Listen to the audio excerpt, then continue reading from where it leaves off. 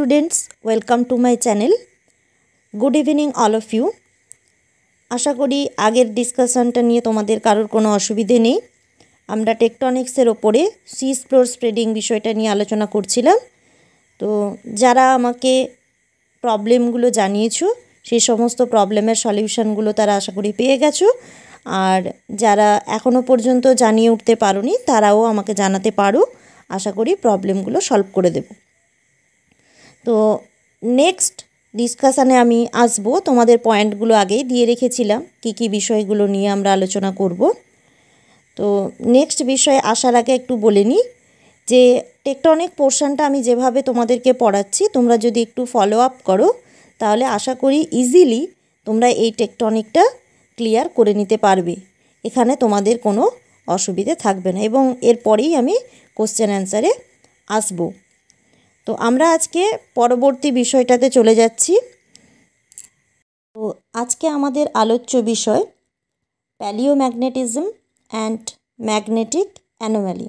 এই বিষয়টা আসার আগে আমি প্রিভিয়াস ক্লাস সম্পর্কে একটু বলে নিই যে আগের ক্লাসে আমরা মেন কনসেপ্টটা পড়েছিলাম। মেন কনসেপ্টে হ্যারি হেস কি বলতে চেয়েছেন যে ভূ অভ্যন্তর থেকে ম্যাগমা যখন উঠে আসে মধ্য সামুদ্রিক শৈলশিরা বরাবর, সেখানে ম্যাগমা উদ্গীরণ হলে ওই ম্যাগমাটা দুটো ভাগে ভাগ হয়ে দুদিকে প্রসারিত হয়ে যায় এবং সেকেন্ড ইরাপশানের সময় আবার কি করে যে ফার্স্ট ইরাপশানের যে ম্যাগমাগুলো জমা ছিল অর্থাৎ ওই লাভা শিলাগুলোকে সরিয়ে দিয়ে সেকেন্ড ইরাপশানের ম্যাগমাগুলো ওখানে জমা হতে থাকে। থার্ড ইরাপশানের ক্ষেত্রে কি হয়, ফার্স্ট এবং সেকেন্ডকে সরিয়ে দিয়ে তৃতীয়বার যে লাভাগুলো বাইরে বেরিয়ে আসে সেই লাভাগুলো জমা হতে থাকে। তো এইভাবে যতবার ইরাপশান হবে ততবার ওই লাভাগুলো কী করবে, পুরনো লাভাশিলাগুলোকে সরিয়ে দিয়ে নতুন লাভাশিলা জমা হবে। তাই আমরা দেখতে পাচ্ছি যে সবচেয়ে দূরের দিকে গেলে আমরা সবচেয়ে প্রাচীন শিলার সন্ধান পাব এবং ঠিক আগ্নেয়গিরির পাদদেশীয় অঞ্চলে অর্থাৎ মধ্য সামুদ্রিক শৈলশিলার একেবারেই কাছে যেগুলো শিলাগুলো রয়েছে সেগুলো হচ্ছে নিউয়েস্ট রক।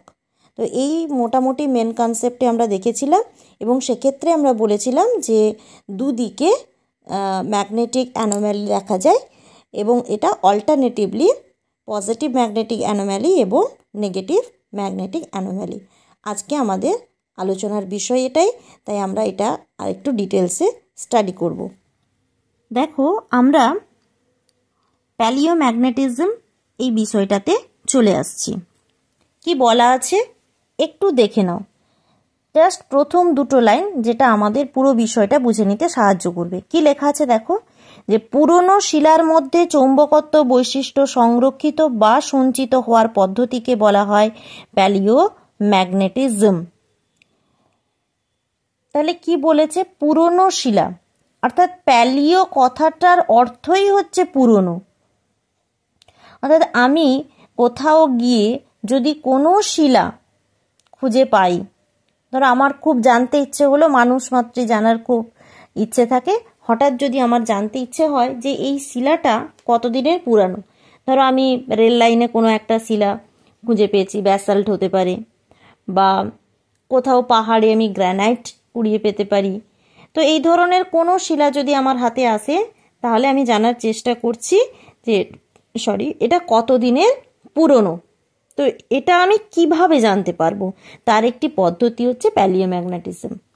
মানে আমাকে জানতে হবে ওই গ্রানাইট বা ওই ব্যাসাল্ট যেই শিলাটা আমি জানতে চাইছি ওর মধ্যে ম্যাগনেটিক প্রপার্টি কতটা প্রিজার্ভ আছে। ঠিক আছে, অর্থাৎ ও তাহলে কতটা প্রিজার্ভ আছে মানে ও কখনো না কখনো ওই ম্যাগনেটিক প্রপার্টিটা গেইন করেছিল। কখন গেইন করেছিল, যখন সে ভূ অভ্যন্তর ভাগ থেকে বাইরে উঠে এসেছিল। অর্থাৎ ব্যাসাল্ট বা গ্রানাইট এই ধরনের ইগনিয়াস রকসগুলোর ফরমেশনই যদি আমরা দেখি, কি দেখতে পাবো না, ভূ অভ্যন্তর ভাগ থেকে ম্যাগমা উপরে এসে ঠান্ডা হয় এবং তার বাইরে এসে জমা হয় এবং সেটা পরবর্তীকালে আমরা ইগনিয়াস রকস হিসাবে দেখি। তো ওই ইগনিয়াস রকসের মধ্যে থাকে লোহা, নিকেল এই জাতীয় পদার্থ, যার দ্বারাই ওর ম্যাগনেটিক প্রপার্টি ওটা তৈরি হয়। যার মধ্যে যতটা বেশি আছে সে তত নবীন। যত আমরা দেখতে পাবো যে ম্যাগনেটিক প্রপার্টি লস হচ্ছে ততই হচ্ছে ও পুরনো। তো কি আছে নোটসটায় একবার তোমরা জাস্ট দেখে নাও।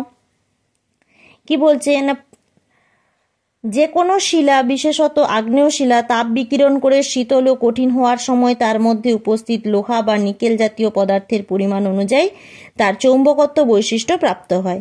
যে ম্যাগমার মধ্যে লোহা ও নিকেল জাতীয় পদার্থের পরিমাণ বেশি সেটি শিলাতে পরিণত হওয়ার পর তার চৌম্বকত্ব বৈশিষ্ট্য তত বেশি হবে। ঠিক আছে, এবার ম্যাগমা তাপ বিকিরণ করে শীতল হওয়ার সময় যে তাপমাত্রাতে তার মধ্যে চৌম্বকত্ব বৈশিষ্ট্য আসে তাকে বলা হয় 20 পয়েন্ট টেম্পারেচার।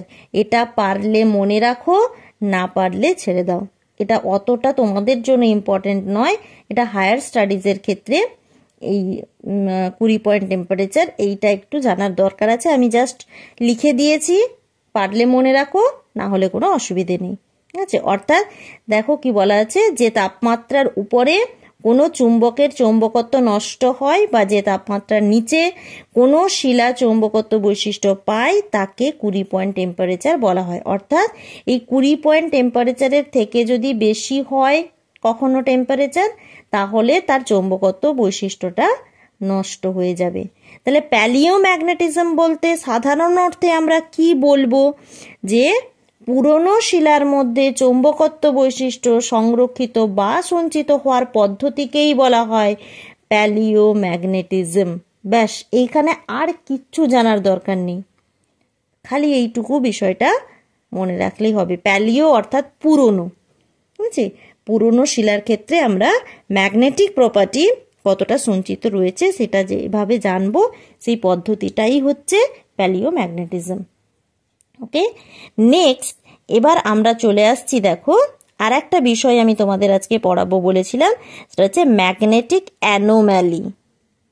অর্থাৎ প্রথমে বলে রাখি অ্যানোম্যালি কি। অ্যানোম্যালি মানে হচ্ছে পার্থক্য। কি লেখা আছে একটু দেখো, যে অ্যানোম্যালি বলতে কোনো বিষয়ের প্রকৃত মান ও প্রত্যাশিত মানের পার্থক্যকে বোঝায়। ঠিক আছে, এবং এই তার ওপরে অর্থাৎ এই পার্থক্যটা কীরূপ হবে তার ওপরে ভিত্তি করে এই ম্যাগনেটিক অ্যানোম্যালি দুই রকমের হয়, পজিটিভ অ্যান্ড নেগেটিভ। আমি তোমাদের বলেছিলাম যে দুটো টাইপের ম্যাগনেটিক অ্যানোম্যালি হয়, পজিটিভ ম্যাগনেটিক অ্যানোম্যালি আর সেকেন্ড ওয়ান হচ্ছে নেগেটিভ ম্যাগনেটিক অ্যানোম্যালি। তো এই বিষয়টাও আমরা একটু বিশদে আলোচনা করব। দেখো এক সেকেন্ড,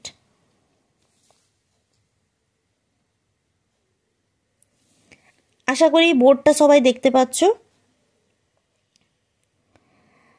তো আমি তোমাদের যেটা বললাম যে ম্যাগনেটিক অ্যানোম্যালি কথাটার অর্থই হচ্ছে পার্থক্য। কার কার মধ্যে পার্থক্য, সেটা হচ্ছে যে প্রকৃত মান অর্থাৎ absolute value are expected value, যেটা প্রত্যাশিত মান। সাপোজ আমি তোমাদের একটা সিম্পল এক্সাম্পল দিচ্ছি, যে কোনো একটা এক্সাম আমি দিয়েছি, 100 মার্কসের এক্সাম।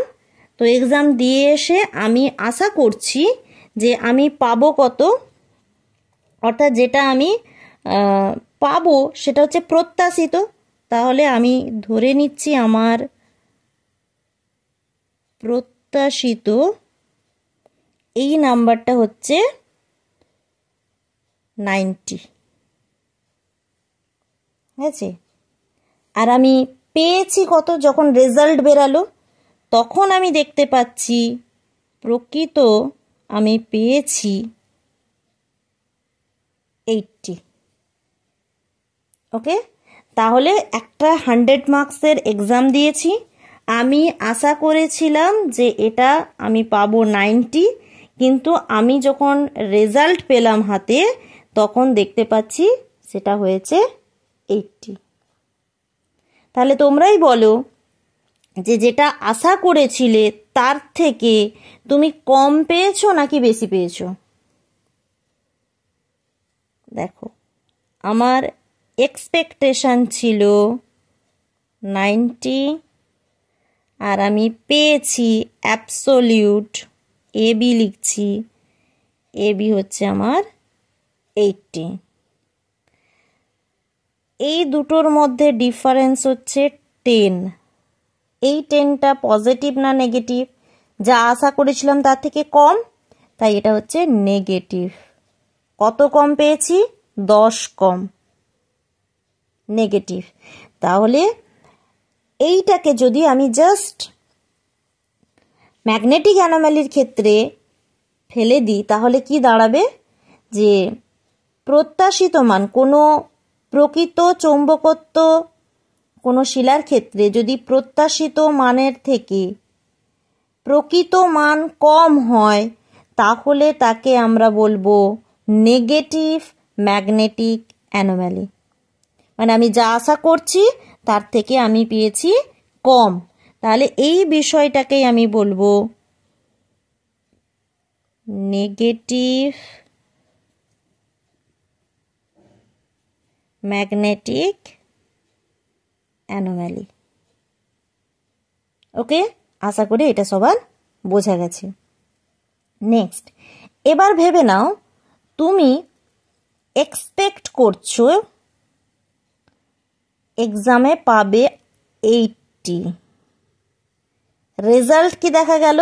রেজাল্টে অ্যাবসোলিউট যেটা তুমি পেয়েছো 90।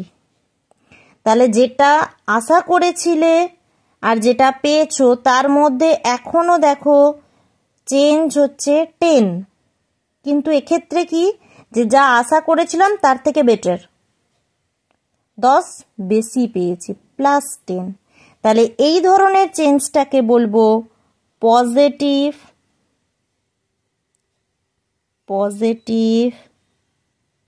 Magnetic anomaly. একটু দেখে নাও কি বলছে, যে প্রকৃত চৌম্বকত্বের মান প্রত্যাশিত মানের তুলনায় বেশি। দেখো তাই বলা আছে যে এক্সপেকটেশন ছিল 80 আর পেয়েছি 90। তাহলে এটা ম্যাগনেটিক ফিল্ডের ক্ষেত্রেও যদি দেখি যে প্রকৃত চৌম্বকত্বের মান যা আছে তার থেকে অ্যাবসোলিউট যে ম্যাগনেটিক ভ্যালু সেটা বেশি দিচ্ছে, তাহলে সেক্ষেত্রে যে অ্যানোম্যালিটা আমরা দেখতে পাবো অর্থাৎ ডিফারেন্স, সেটা হচ্ছে পজিটিভ। আশা করি এইটাও তোমাদের বোঝা গেছে। এবার একটু নোটসটা দেখে নাও। নোটসটা দেখো কি বলতে চাইছে। দেখো পজিটিভের ক্ষেত্রে দেখে নাও, প্রকৃত চৌম্বকত্বের মান প্রত্যাশিত মানের তুলনায় বেশি সামুদ্রিক তলে অর্থাৎ সমুদ্র ত্বকে, যেখানে নর্মাল ব্যান্ডগুলোতে পজিটিভ ম্যাগনেটিক অ্যানোমালি লক্ষ্য করা যায়। আর আমরা নেগেটিভের ক্ষেত্রে কি দেখব?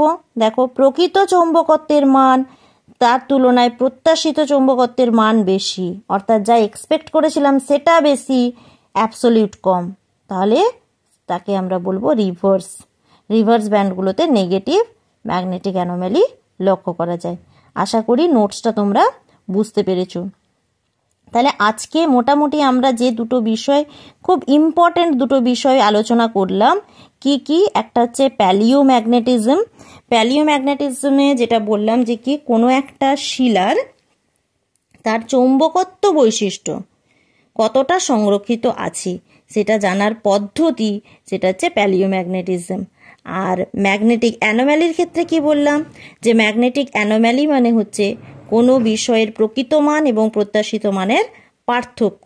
এই পার্থক্য অর্থাৎ যখন দেখবে যে প্রকৃত মান কম, ঠিক আছে, যদি কখনো হয় প্রকৃত মান কম প্রত্যাশিত হচ্ছে বেশি, তার মানে নেগেটিভ।